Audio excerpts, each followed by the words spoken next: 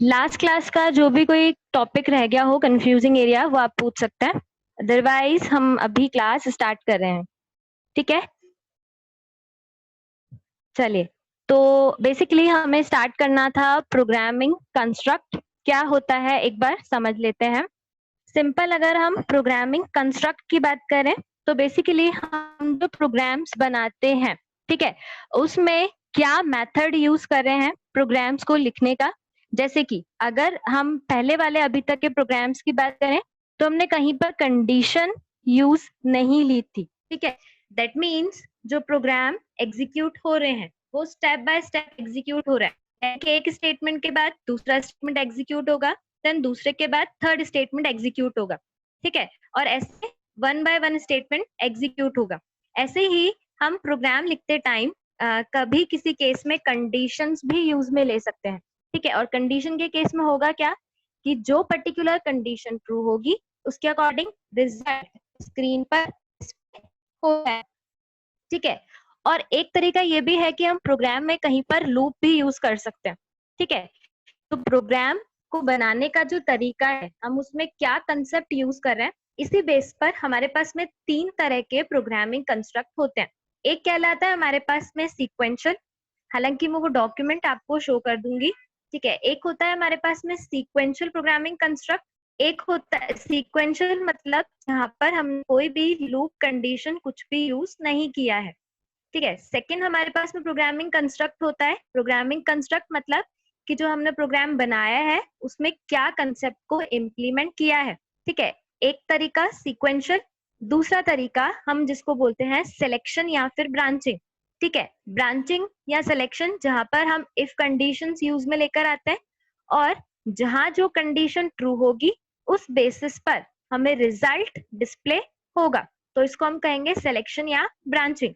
Selection और branching में हमारे पास में इफ स्टेटमेंट्स आते हैं, इसके अलावा स्विच स्टेटमेंट आता है। ठीक है, इसके अलावा एक हमारे पास में लास्ट मेथड और भी होता है। वैसे तो टोटल 4 मेथड्स होते हैं लेकिन मेन इंपॉर्टेंट 3 मेथड्स होते हैं। इसमें से एक सिलेक्शन हो गया, ठीक है, एक सीक्वेंशियल हो गया, और लास्ट होता है हमारे पास में जिसको हम बोलते हैं आइटरेशन, या हम यूं कहें कि लूपिंग, जहां पर हम लूप यूज करते हैं प्रोग्राम्स में। ठीक है, तो हम अपने प्रोग्राम में क्या ऐड करना चाहते हैं, कौन से स्टेटमेंट्स को ऐड करना चाहते हैं, वो डिपेंड करता है कि हमें किस तरह का लॉजिक इम्प्लीमेंट करना है। तो आज जो हम प्रोग्रामिंग कंस्ट्रक्ट डिस्कस करने वाले हैं वो है हमारे पास में सिलेक्शन, या हम यूं कहें कि ब्रांचिंग। ठीक है, अब सिलेक्शन जो प्रोग्रामिंग कंस्ट्रक्ट है बेसिकली उसमें सबसे पहला एग्जांपल हम इफ का देख रहे हैं। इस केस में यहाँ पर मैंने जो प्रोग्राम बनाया है सिंपल यूजर से एक नंबर का इनपुट लिया है। लेट्स से कि यूजर ने यहाँ पर नंबर इंसर्ट किया 45। ठीक है, तो हमने बेसिकली बाइनरी एक ऑपरेटर पढ़ा था अरिथमेटिक के केस में, मॉड्यूलस। ठीक है, तो मैंने यहाँ पर चेक किया है कि जो भी नंबर इनपुट किया गया है वो अगर 2 से पूरा पूरा डिवाइड हो जाता है और रिमाइंडर अगर हमारे पास में 0 आता है, ये mod operator simply remainder return करता है। तो अगर रिमाइंडर 0 आता है दैट मीन्स हमारा जो नंबर है वो इवन है। ठीक है, इसके अलावा अगर यहाँ पर यूजर ने लेट्स से कि यहाँ पर या इस केस में अगर हम 45 इनपुट दे रहे हैं तो आंसर हमारे पास में क्या आएगा, नंबर इज ऑड। ठीक है, तो ये एक हमारे पास में एक का छोटा सा है। और अगर इस यूजर ने नंबर इनपुट दिया 40, ठीक है, तो 40 के केस में क्या रिजल्ट डिस्प्ले हो जाएगा, 40 के केस में रिजल्ट आ जाएगा हमारे पास नंबर इज इवन। ठीक है, तो जो कंडीशन ट्रू होगी उस बेस पर रिजल्ट हमें डिस्प्ले होगा। तो इसी बेसिस पर इन स्टेटमेंट्स को कहते हैं सिंपली सिलेक्शन स्टेटमेंट्स। ठीक है, जहां पर हम किसी पर्टिकुलर क्राइटेरिया के बेस पर कुछ स्टेटमेंट्स को एग्जीक्यूट करवाते हैं, और अगर जो कंडीशन फॉल्स नहीं है तो वहां पर हमारा प्रोग्राम का कंट्रोल बिल्कुल भी नहीं आता। ठीक है, यहाँ तक कोई कंफ्यूजन है तो आप पूछ सकते हैं, अदरवाइज हम आगे कंटिन्यू कर रहे हैं।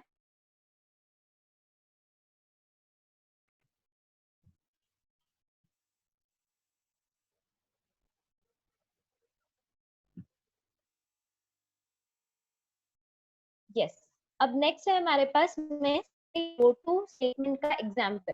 अभी हमने देखे कि 3 तरह के हमारे पास में प्रोग्रामिंग कंस्ट्रक्ट होता है, ठीक है, यानी कि हम प्रोग्राम को बिल्कुल one by one step step लिख रहे हैं, सीक्वेंशियली एग्जीक्यूट हो रहा है हमारा प्रोग्राम। प्रोग्राम तो हमेशा सीक्वेंशियली एग्जीक्यूट होगा, लेकिन यहाँ पर हमने कोई कंडीशन नहीं लिखी, तो इसलिए हम इसको सीक्वेंशियल प्रोग्रामिंग कंस्ट्रक्ट कह सकते हैं। यहाँ पर हमने सीक्वेंशियल मेथड को यूज किया है प्रोग्राम बनाने के लिए, ठीक है। जहां हम कंडीशन यूज कर रहे हैं वहां पर हम उसको कह रहे हैं सिलेक्शन प्रोग्रामिंग कंस्ट्रक्ट हमने यूज किया है, ठीक है। और जहां हम लूप यूज करेंगे वहां पर हम उसको लूपिंग या इटरेशन कहेंगे।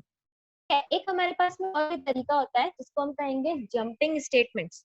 बेसिकली कि अगर हमें प्रोग्राम के किसी भी सेक्शन पर, ठीक है, प्रोग्राम के एग्जीक्यूशन के ड्यूरेशन में अगर हमें कहीं पर भी क्या करना है, स्विच करना है, नेविगेट करना है, तो we can use go to statement, ठीक है। जैसा हमने सी में पढ़ा था एज इट इज यहाँ पर गो टू स्टेटमेंट एग्जिस्ट करता है। तो देखते हैं गो टू स्टेटमेंट किस तरीके से काम करेगा। यहाँ पर मैंने प्रोग्राम में सिंपल गो टू को इम्प्लीमेंट करने के लिए एक लेबल बनाया है जो कि वन नाम का है। तो अगर आप गो टू यूज करते हैं तो सिंपल आपको एक लेबल बनाना जरूरी है। जैसे अगर मैं गो टू को रिलेट करूं, आपने वर्ड में गो टू ऑप्शन पढ़ा होगा, ठीक है। ये गो टू ऑप्शन क्या करता है, आपको वर्ड में किस पेज पर जाना है, किस सेक्शन पे जाना है या किस लाइन पे जाना है, तो we can use go option. वैसे ही यहाँ पर गो टू स्टेटमेंट होता है हमारे पास में। तो देखते हैं किस तरीके से काम करेगा।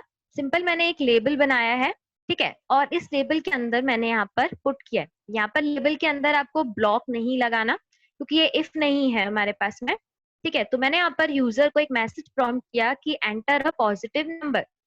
लेट्स से कि यूजर ने इनपुट में दिया 10, ठीक है, तो 10 को चेक किया जाएगा क्या वो पर्टिकुलर 10 नंबर जो है वो 0 से छोटा है क्या, ठीक है, यानी कि 0 बड़ा है क्या इसमें। अभी ये कंडीशन क्या हो जाती है, फॉल्स, ठीक है। अगर ये कंडीशन फॉल्स है तो यहाँ पर ये स्टेटमेंट एग्जीक्यूट नहीं होगा और उसके बाद लास्ट हमारे पास में मैसेज आ जाएगा पॉजिटिव नंबर इज, ठीक है। तो मैंने सिंपली इस प्रोग्राम में एग्जैक्टली किया है, मैंने यूजर को एक मैसेज दिया है कि पॉजिटिव नंबर इनपुट करे।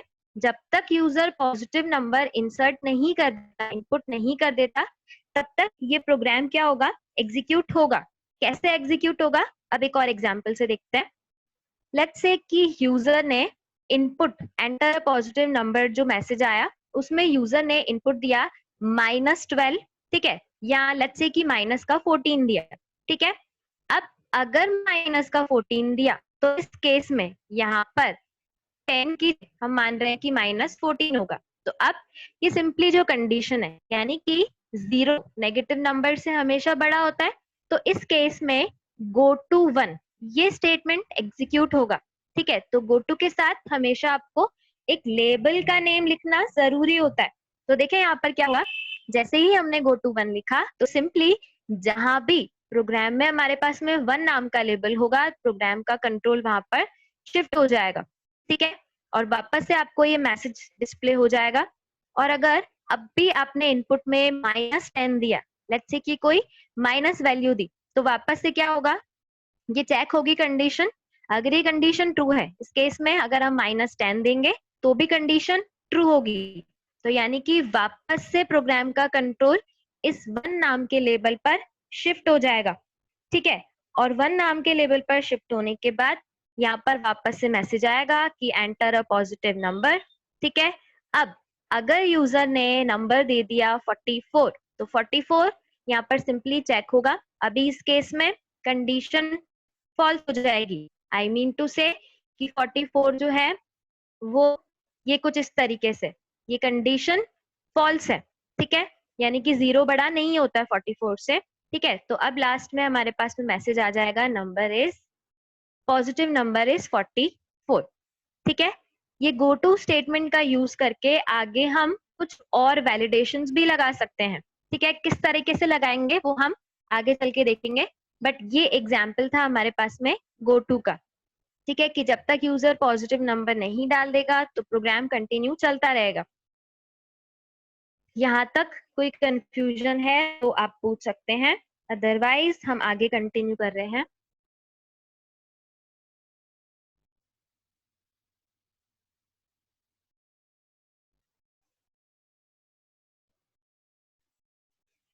यस, इसके बाद हमने इफ एल्स इफ केस में लॉजिकल और ऑलरेडी देख लिया है, लॉजिकल और ऑपरेटर, तो उसको हम वापस नहीं डिस्कस करें।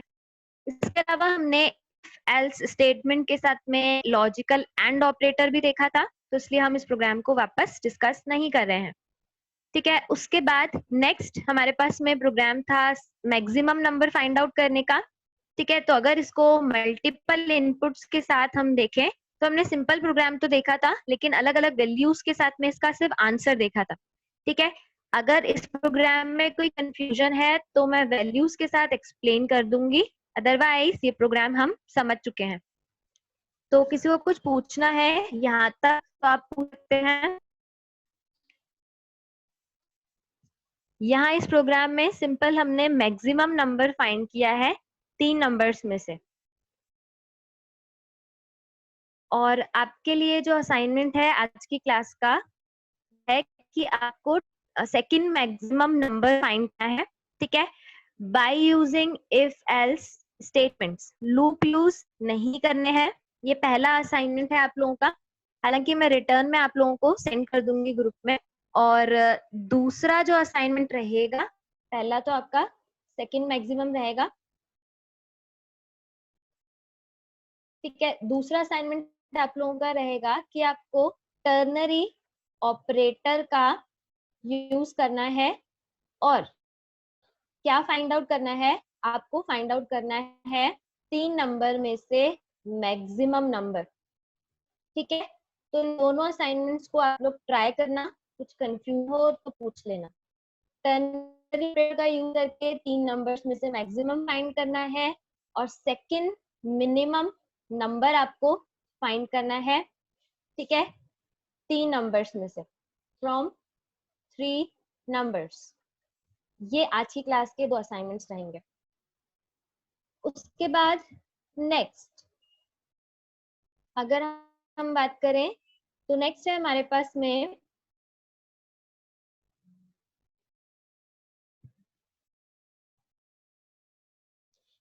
नेक्स्ट हमारे पास में स्विच स्टेटमेंट का एग्जांपल। ठीक है, तो अब देखते हैं कि स्विच स्टेटमेंट किस तरीके से काम करेगा। अगर स्टेटमेंट की बात करें तो अगेन ये सिलेक्शन जो हमारे पास में प्रोग्रामिंग कंस्ट्रक्ट होता है, दैट मीन कि अगर मल्टीपल कंडीशंस हैं तो मल्टीपल कंडीशंस में से कौन सी कंडीशन एग्जीक्यूट होगी, ठीक है, उसको डिसाइड करने के लिए हम स्विच यूज करते हैं। जैसे हमारे पास में इफ होता है वैसे ही स्विच होता है। ठीक है, तो स्टार्ट करते हैं स्विच का कंसेप्ट। तो इस प्रोग्राम की अगर हम बात करें तो मैंने यहाँ पर सिंपल एक कैरेक्टर का इनपुट लिया है। लेट्स से कि यूजर ने कैरेक्टर इनपुट दिया, ई कैरेक्टर। ठीक है, अब अगर ई कैरेक्टर का इनपुट दिया, ठीक है, तो सिंपल इसको चेक किया जाएगा कि ये कौन से केस के साथ में मैच हो रहा है। ठीक है, अब यहाँ पर हमने किसी भी केस में ब्रेक स्टेटमेंट मेंशन नहीं किया है। ठीक है, तो एग्जैक्टली होगा क्या, जैसे कि ये ई पर्टिकुलर जो कैरेक्टर है यहाँ पर मैच हो जाएगा। ठीक है, जैसे ही यहाँ पर मैच होगा, ठीक है, उसके बाद अगर हमने किसी भी केस में यहाँ पर अगर कोई स्टेटमेंट लिखा होता इसके बाद के सारे स्टेटमेंट्स में, तो वो भी एग्जीक्यूट, वो भी एज अ आउटपुट हमें शो होता। लेकिन अगर मैं इस इनपुट के बेस पर, मैंने अभी क्या बोला मैं एक एग्जांपल से आपको बताती हूँ, बट पहले अगर हमने ई इनपुट दिया तो उस बेस पर हमें जो आउटपुट विजिबल होगा वो आउटपुट क्या होगा, लोअर केस, अपर केस और लोअर केस वोवेल, ये डिस्प्ले हो जाएगा। ठीक है, तो मैंने सिंपली सारे स्टेटमेंट्स के बाद, सारे केसेस के बाद यहाँ पर मैसेज दिया कि अगर इनमें से कोई भी केस हो तो उसमें क्या डिस्प्ले होना चाहिए, अपर केस और लोअर केस वोवेल। ठीक है, लेकिन अगर यूजर ने यहाँ पर कैरेक्टर दे दिया लेट्स से कि एच, तो उस केस में एच जो कैरेक्टर है वो किसी भी केस से मैच नहीं होगा, तो उस केस में जो हमारा डिफॉल्ट केस है वो एग्जीक्यूट हो जाएगा। ठीक है, और स्विच स्टेटमेंट में यहाँ पर आप चाहें तो इंटीजर वेरिएबल पास कर सकते हैं, अदरवाइज आप कैरेक्टर भी पास कर सकते हैं। ठीक है, अब मैं आप लोगों से एक क्वेश्चन पूछना चाहूंगी। ठीक है, प्लस मैंने अभी जो एक उससे पहले स्विच को स्टार्ट करने के बाद एक कंसेप्ट आपको बताया, उसका भी कंसेप्ट क्लियर हो जाएगा। तो देखते हैं कि आप लोगों का आंसर क्या आएगा।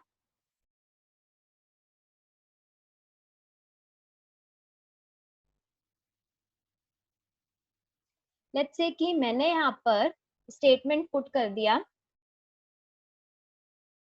आई कैरेक्टर,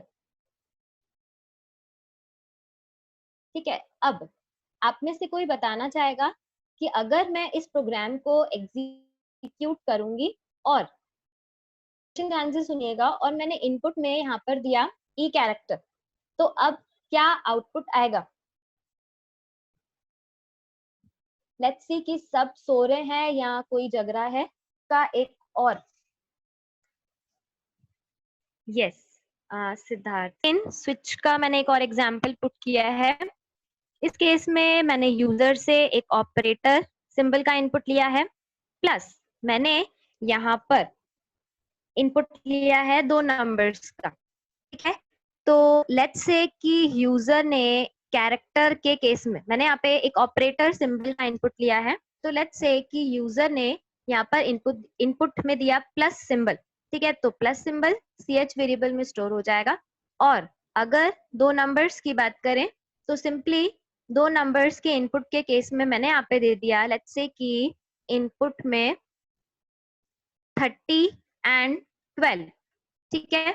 तो इस अकॉर्डिंग अगेन इस प्लस सिंबल को मैंने यहाँ पे स्विच केस में चेक करवाया है, ठीक है। अगर वो पर्टिकुलर सिंबल, ठीक है, केस से मैच हो जाता है, जैसे कि अभी तो ये इस केस से मैच हो जाएगा, तो उसके अकॉर्डिंग आंसर है वो सम इज, और हमने क्या किया है 30 और 12 दोनों नंबर्स का एडिशन किया है। तो इस बेसिस पर जो रिजल्ट है वो डिस्प्ले हो जाएगा 42, ठीक है। लेकिन अगर हम यहाँ पर ऑपरेटर सिंबल में लेट्स से कोई और ऑपरेटर देते, लेट्स से कि @ देते या हैश देते, तो उस केस में, या फिर डॉलर का सिंबल दे देते, तो उस केस में से यहाँ पर कोई केस एग्जीक्यूट नहीं होता, ठीक है। तो बाय डिफॉल्ट जो हमारे पास में डिफॉल्ट केस होता है, यानी कि ये मैसेज आपको स्क्रीन पर विजिबल हो जाता है, ठीक है। अच्छा, एक बात और इस केस में कि यहाँ पर अगर ये स्टेटमेंट एग्जीक्यूट हो गया है, ठीक है, यानी कि अगर हमने प्लस सिंबल दिया और उस केस में ये केस एग्जीक्यूट हो गया, तो हमने इस केस के बाद ब्रेक स्टेटमेंट पुट किया है, इसीलिए बाकी कोई भी केस एग्जीक्यूट नहीं होगा, ठीक है। तो ये स्विच का एडवांटेज है कि अगर एक केस एग्जीक्यूट हो गया है तो हम सिंपली वहां ब्रेक लगा सकते हैं ताकि बाकी का कोई भी केस एग्जीक्यूट ना हो, ठीक है। अब यहाँ तक किसी को कोई कंफ्यूजन हो तो आप पूछ सकते हैं।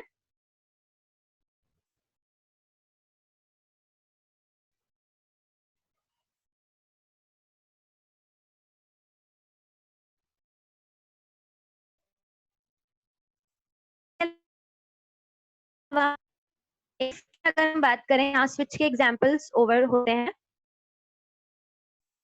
ओके।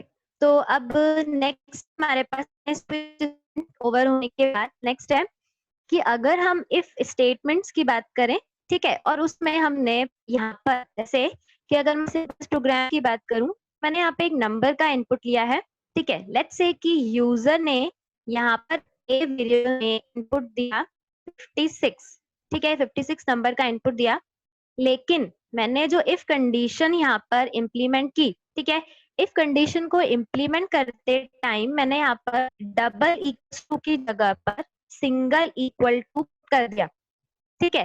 तो अब इस केस में क्या होगा, नंबर हमने इनपुट लिया था 56 और यहाँ पर एग्जैक्टली हमें चेक करवाना था equal to, double equal to check करवाना था। लेकिन इन केस अगर हम यहाँ पर एक्सप्रेशन में सिंगल इफ स्टेटमेंट को पुट करेंगे तो क्या होगा, जो आपके पास में ए वेरिएबल है उसमें 20 वैल्यू असाइन हो जाएगी। तो आप यहाँ पे इनपुट चाहे कुछ भी दें, तो हर केस में जो इफ कंडीशन है उसका ये मैसेज, यानी कि इफ कंडीशन ही हमेशा एग्जीक्यूट होगी, ठीक है। तो इस केस में यहाँ पर मैसेज आएगा कि a इज इक्वल टू 20। क्यों? क्योंकि a वेरिएबल में 20 वैल्यू असाइन हो चुकी है। तो अगर मैंने इनपुट में चाहे 45 दिया हो चाहे 56 दिया हो, तो हर केस में यहाँ पर a इज इक्वल टू 20 ही मैसेज डिस्प्ले होगा। ठीक है, यहाँ पर ये एरर नहीं है। कोई कंफ्यूजन है इसमें?